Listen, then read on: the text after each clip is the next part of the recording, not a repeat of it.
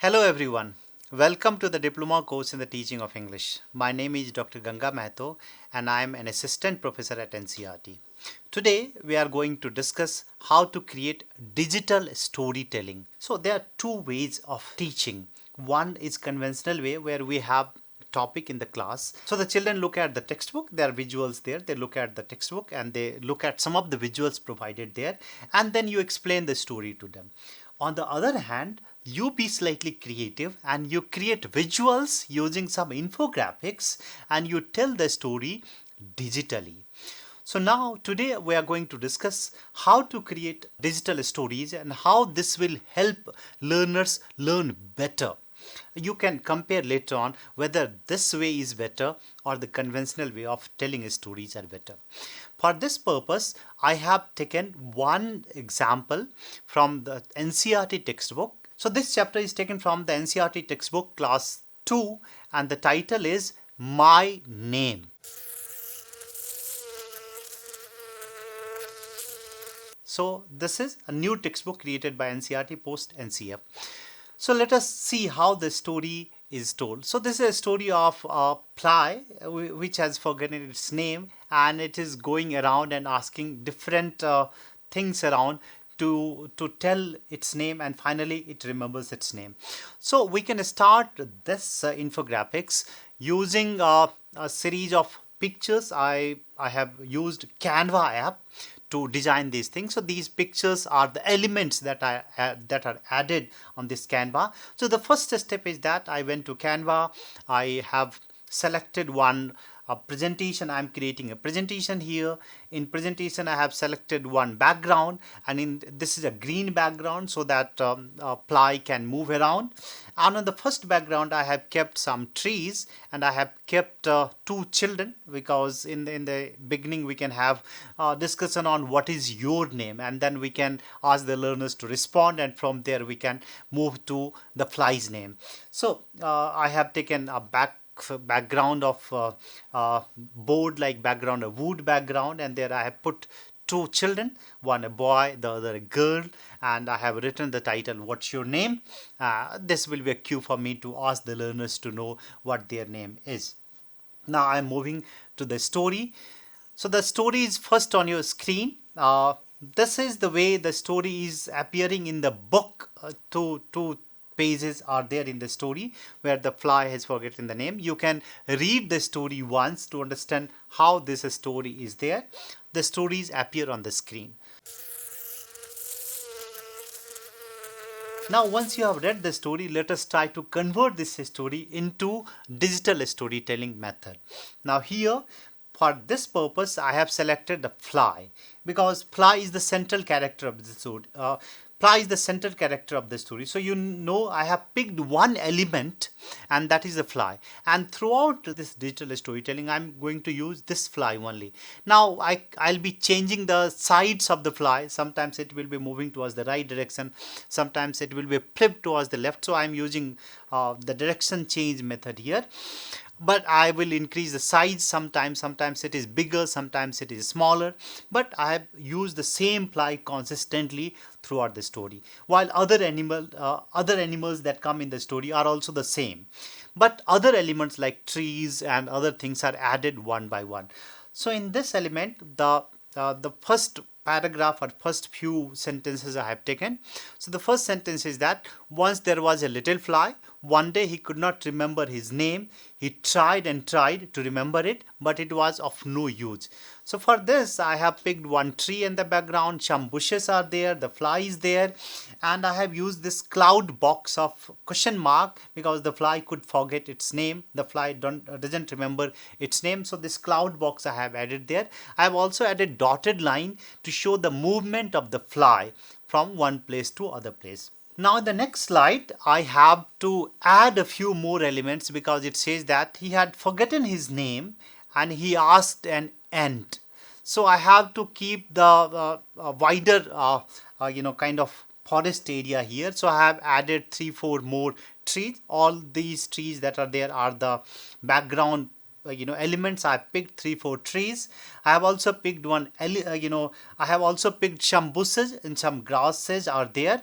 I have also picked one ant there. The ant is there. Now I have zoomed it out. I have made it big so that it stand out from the crowd. If you keep ant of the same size, it will not be clear. So I have used bigger ant.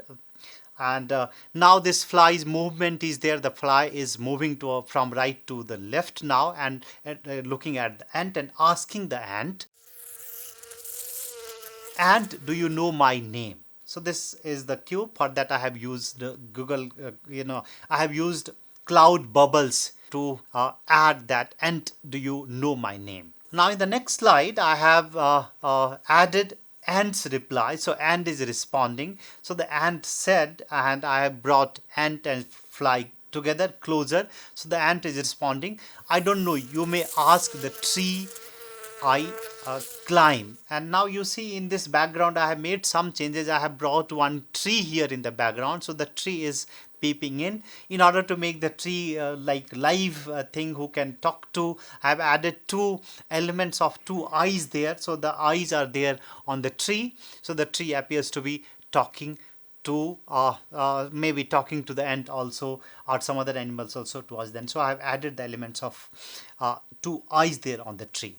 Now in the next slide the fly goes near the tree, and the fly is asking the tree, "Dear tree, do you know my name?" So I have made trees very relevant. The tree is coming into the frame, into the picture.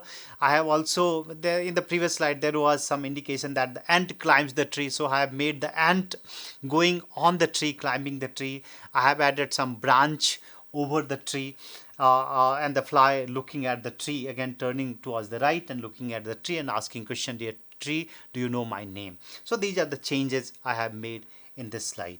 In the next, because the tree is responding, so I have added some more elements. The tree is saying, "I don't know, you may ask the cow sleeping under my shade."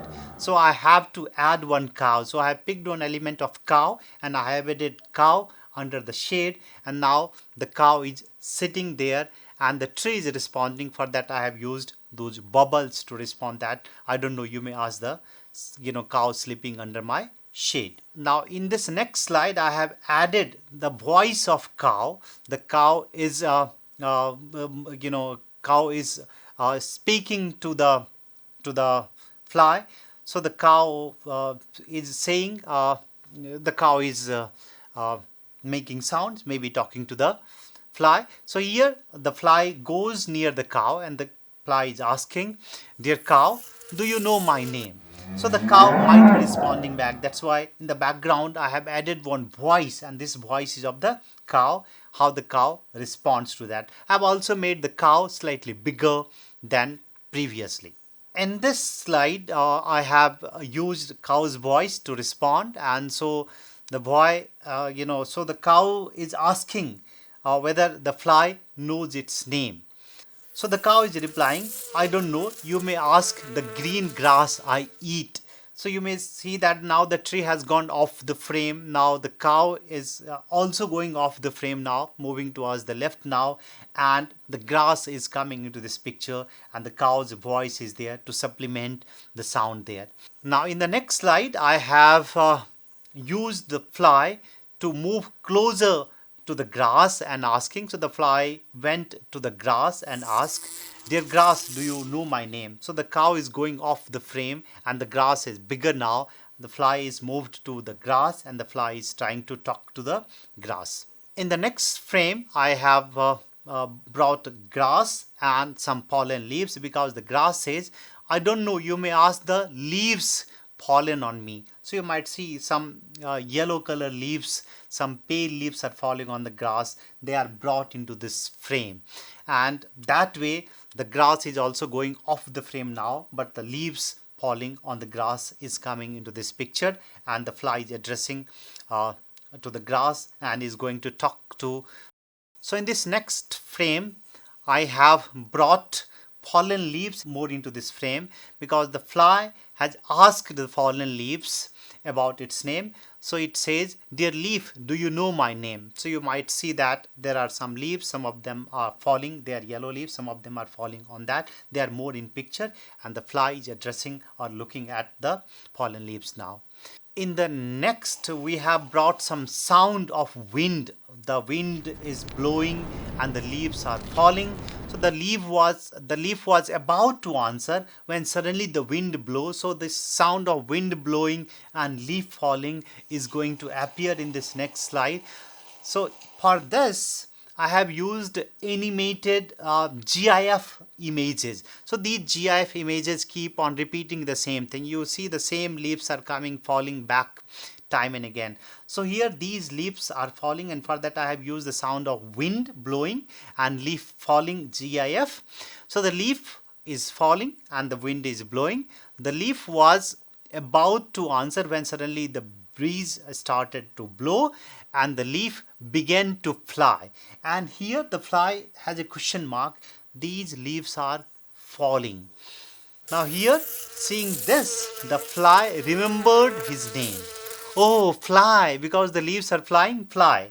So fly is my name. So this is how this fly has remembered its name, and it became very happy. I brought those falling leaves into picture. The fly is very happy, so he said happily, "My name is Fly, my name is Fly." So this is how the story ends, and this is how I have animated the whole story using some sounds are there and some animations are there. Digitally I told the story. Now you can decide which way is good, whether the learners read the story in the textbook and then the teacher explain it, or the teacher may be creative, can create the whole story using this visually appealing apps or elements, and then narrate the story through these visual cues. How it will be better. In fact, the teacher also can use some questions to explain it better. The chapter net questions are there in that. The teachers can use the pictures also to explain these topics to the learners. So the new words like little ant, shade, grass, wind, remembers, all of them can be animated using visual cues that the teachers can bring into this slide. The teacher can also give some shite words using some pictures like do, you, if, my, one, when, about. The teacher can also use that. The teacher can also use questions like let us speak with visual cues like how did the fly find his name? If you forget your name, whom would you ask? And these visual cues can be at the background. But here something that can be very interesting is when the sounds of animals are to be produced by the learner. So in this chapter, there are some animal sounds are given. The teacher have two ways. The teacher has two ways. The teacher can either call like a crow, or the teacher can use real sound of crow in this animation. For example, on this screen I have had some tree and a crow is sitting there, and in the background I have mixed the sound of crow in this slide, and see how different this is. The learners are able to directly know the sound of the crow and can speak like that. Here they can chirp like a sparrow. So the element of a sparrow and the sound of a sparrow is in the next slide. Roar like a lion. So here you have the roaring of a lion is there, and then you have the lion's image is given in a forest, how the lion roars.